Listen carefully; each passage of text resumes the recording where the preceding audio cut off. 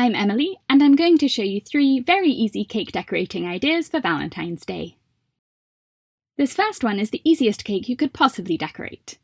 Bake your cake in a deep baking tray or casserole dish, and you can even use other desserts like brownies or cheesecake for this. Use a sharp knife to score a design on the top, like this heart I'm sketching here, and you can trace around a printed image if you're not confident about drawing your own shape. Fill a few piping bags with different piping tips and different colours of buttercream, and then cover the cake with swirls, wiggles, and rosettes. I'm piping these swirls with a 1M star tip, and this ruffle is made with a petal tip, a Wilton 104. And I'm holding the tip with the wider end facing downwards towards the cake, and the narrow end pointing upwards to create some movement in the ruffle. This big rosette is an 8B open star tip, and this little star shape is with the 1M tip again.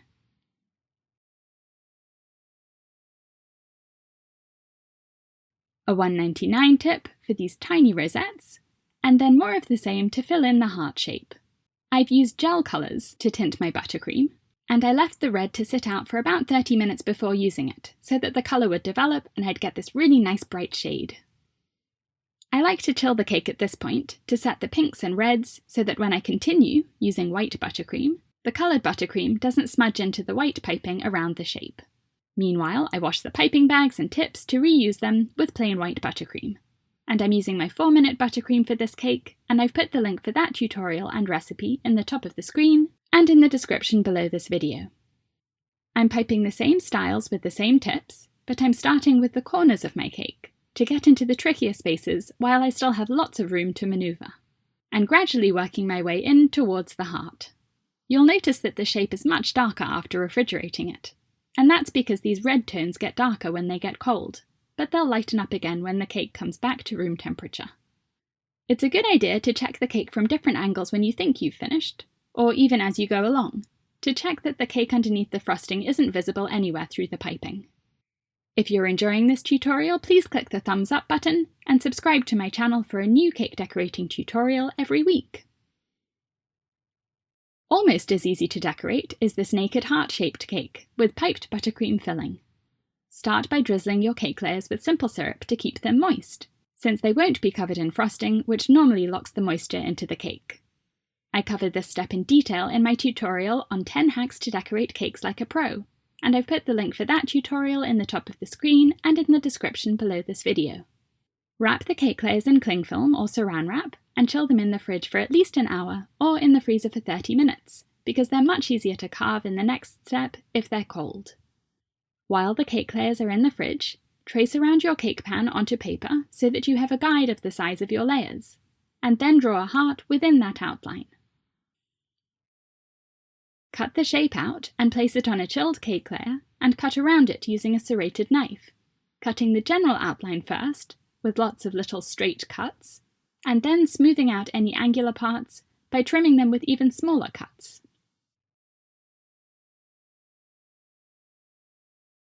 Repeat this for all of your layers, and I don't recommend building your cake much taller than it is wide, for stability's sake. Tint buttercream with gel food colours, and this is my 4-minute buttercream with different amounts of rose pink gel to make the different shades of pink. And put the buttercream in piping bags fitted with any star-shaped piping tip, and these are 1M tips.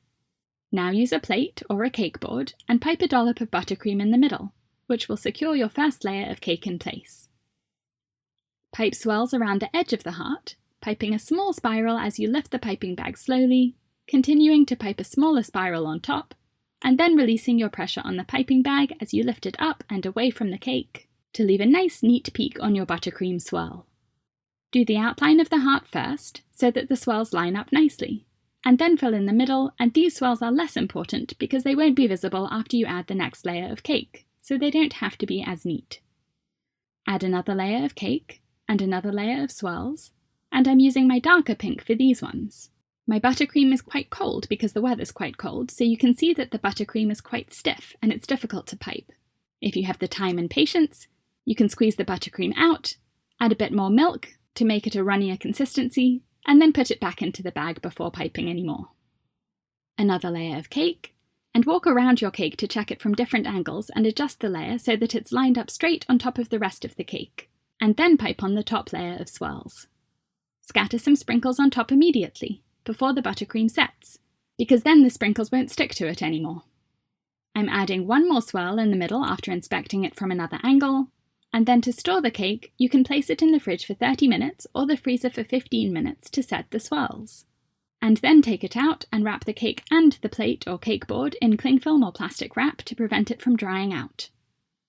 Put it back in the fridge, and when you're ready to serve it, take it out and take the cling film off immediately before the buttercream softens, so that you don't damage the piping while you're unwrapping it.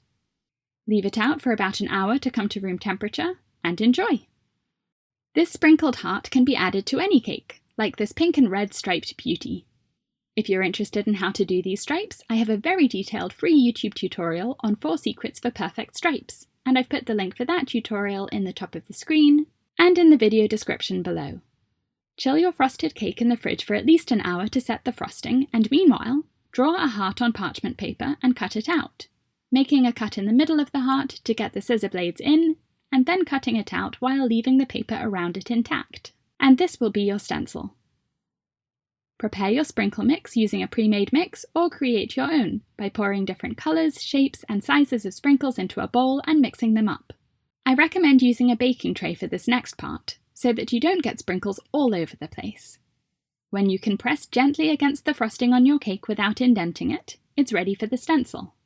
Place your chilled cake on the baking tray and hold your stencil up against the side of the cake.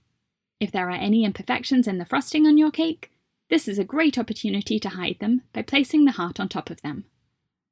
Line the stencil up so that it's straight and spread buttercream over the heart shape to completely cover it.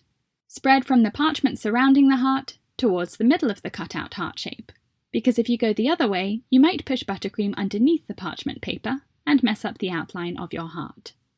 The stencil will be very flimsy because parchment paper is so thin, and the frosting on the cake has set, so the parchment won't stick to it, so only your hand is holding it in place. If the stencil moves around, line it up again and continue spreading on the buttercream. Ideally, you should use the same colour as the frosting on the cake, or the colour of the sprinkles you're going to use to fill it. This layer of frosting doesn't need to be thick, just enough to cover the whole heart shape, and you should smooth it out with your offset spatula or a frosting smoother so that it's an even thickness. Immediately press your sprinkles into the fresh buttercream so that they stick, working your way around the whole shape to make sure it's all covered with sprinkles. If you're not going to add a sprinkle border around the bottom of the cake, it's a good idea to make sure your parchment stencil goes all the way down to the bottom of the cake, resting on the cake board, to prevent any sprinkles accidentally sticking to the cake as they fall down. When you've covered up as much of the shape as possible with your sprinkles, carefully peel off the parchment to reveal your sprinkled shape.